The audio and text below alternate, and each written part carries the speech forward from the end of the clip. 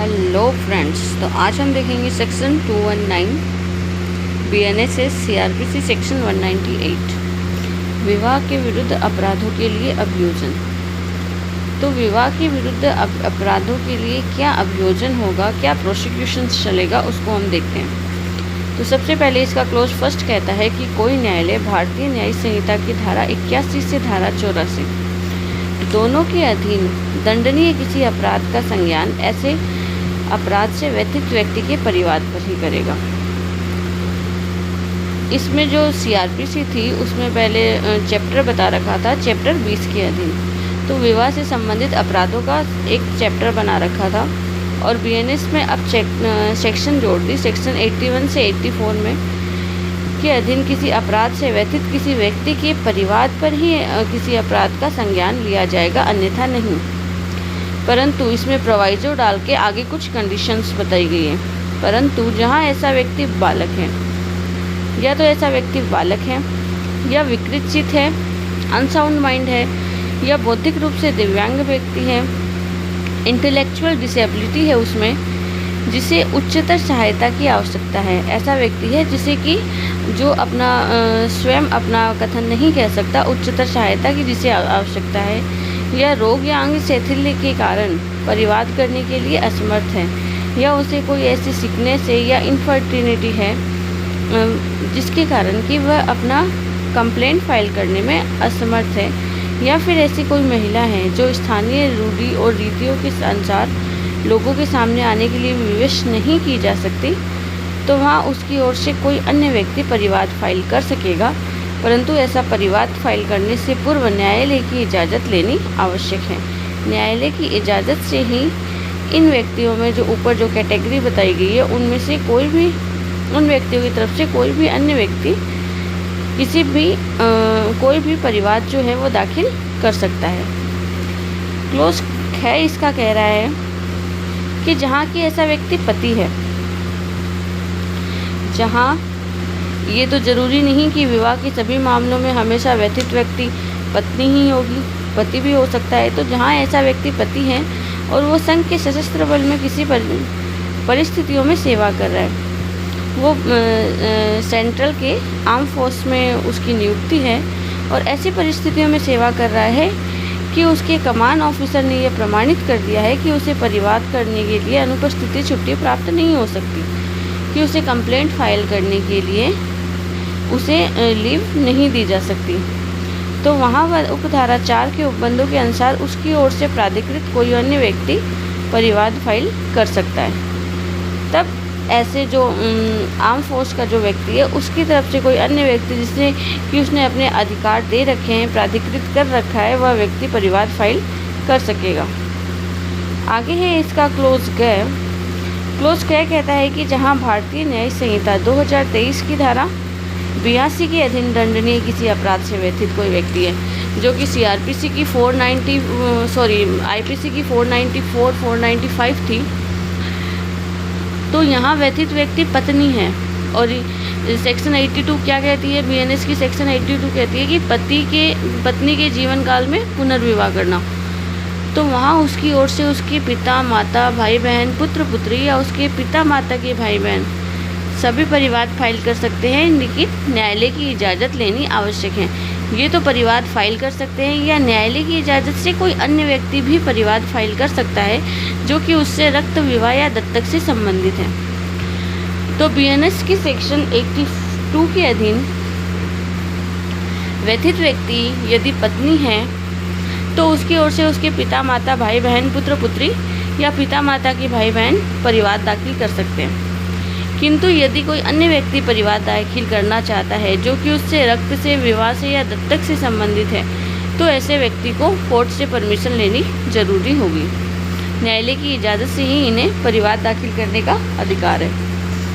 आगे इसका close second कहता है कि उपधारा 1 के प्रयोजन के लिए महिला के पति से भिन्न कोई व्यक्ति उक्त भारतीय न्याय संहिता 2023 की धारा 84 के अधीन दंडनीय किसी अपराध से व्यथित नहीं समझा जाएगा। तो धारा 84 क्या कह रही है, 84 यही कह रही है पति या पत्नी के जीवन काल में पुनर्विवाह या पत्नी से छुपाकर या पति से छुपाकर दूसरा विवाह करना। तो इसमें व्यथित पक्षकार कौन हो सकते हैं? पति या पत्नी ही हो सकते हैं, अन्य किसी को कोई फ़र्क नहीं पड़ेगा। तो यही कह दिया कि महिला के पति से भिन्न कोई भी व्यक्ति इसमें किसी भी अपराध से व्यथित व्यक्ति नहीं समझा जाएगा। आगे इसका क्लोज 3 क्या कह रहा है? क्लोज 3 अपने को कह रहा है कि जब उपधारा 1 के परंतु के खंड क के अधीन आने वाले किसी मामले में बालक या विकृत व्यक्ति की ओर से ऐसे व्यक्ति के द्वारा परिवाद किया जाना है जो सक्षम प्राधिकारी के द्वारा ऐसे बालक के या विकृत व्यक्ति के शरीर का संरक्षक नियुक्त या घोषित नहीं किया गया है। अगर कंप्लेंट किसी बालक को फाइल करनी है या किसी अनसाउंड माइंड पर्सन को फाइल करनी है और उसकी तरफ से कोई भी सक्षम प्राधिकारी जो कि उसके शरीर का विधिक संरक्षक होगा, संपत्ति का नहीं आएगा यहाँ पर, ओनली बॉडी का आएगा, जो शरीर का विधिक संरक्षक है, ऐसा कोई संरक्षक घोषित नहीं किया गया है और न्यायालय का ऐसा समाधान हो जाता है कि ऐसा कोई संरक्षक जो ऐसे नियुक्त या घोषित किया गया है, तब न्यायालय की इजाज़त से उसके लिए आवेदन मंजूर करने के लिए ऐसे संरक्षक को सूचना दिलाएगा और सुनवाई का अवसर देगा।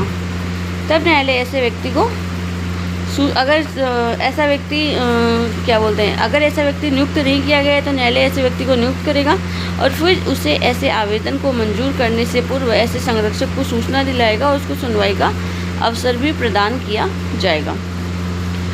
इसका क्लोज 4 क्या कह रहा है? इसका क्लोज 4 कह रहा है कि उपधारा 1 के परंतु के खंड ख के अधीन, ख में क्या आर्म फोर्स का कोई व्यक्ति था, तो ऐसा व्यक्ति अपने निर्दिष्ट प्राधिकार में लिखित रूप में अपना ज्ञापन देगा और कि मैं ये कंप्लेंट फाइल करना चाहता हूँ और वह पति के द्वारा हस्ताक्षरित और अनुप्रमाणित होगी।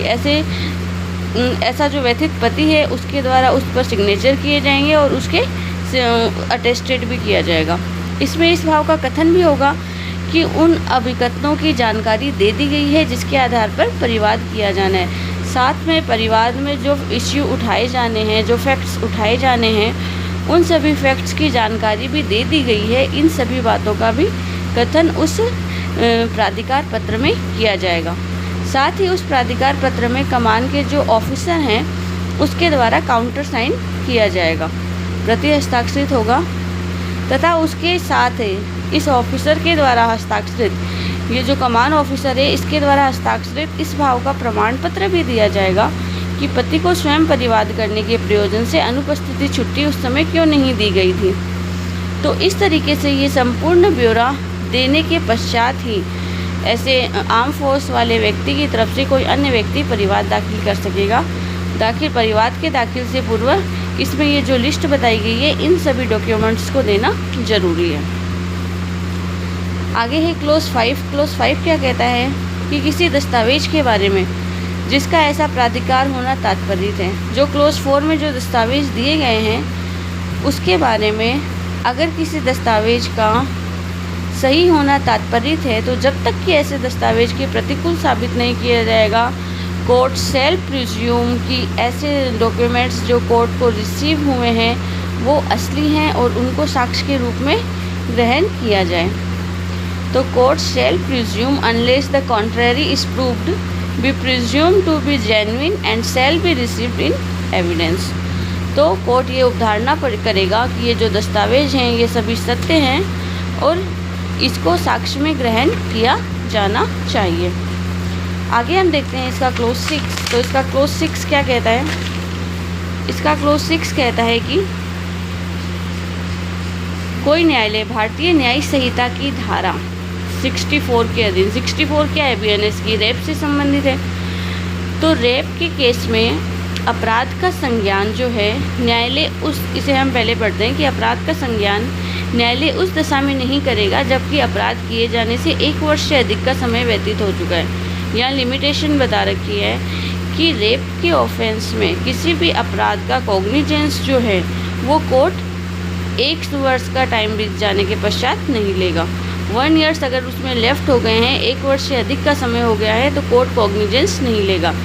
तो इसमें रेप ऑफेंस में कौन सा रेप है? रेप की कैटेगरी बताई गई थी। तो इसमें रेप है कि जहाँ की किसी पुरुष ने अपने 18 वर्ष की से कम आयु की पत्नी के साथ सेक्सुअल ऑफेंस किया है, उसके साथ इंटरकोर्स किया है, तो ये एक तरीके से रेप माना जाएगा। रेप की इस कैटेगरी के अंदर अगर ऐसे टाइम ड्यूरेशन में 1 साल के अधिक का समय व्यतीत हो जाता है तो न्यायालय संज्ञान नहीं लेगा। आगे है इसका क्लोज 7। क्लोज 7 कहता है कि इस धारा के उपबंध किसी अपराध के दुष्प्रेरण या अपराध करने के प्रयत्न को ऐसे ही लागू होंगे जैसे वे अपराध को लागू होते हैं। अपराध के संबंध में जो प्रोविजंस और जो दंड जो बताए गए हैं वही अपराध के दुष्प्रेरण और अपराध के प्रयत्न को भी लागू होंगे। तो ये थी वेरी इंपॉर्टेंट सेक्शन 219। विवाह के संबंध के मामलों में न्यायालय किस प्रकार अभियोजन लेगा, किस प्रकार संज्ञान करेगा।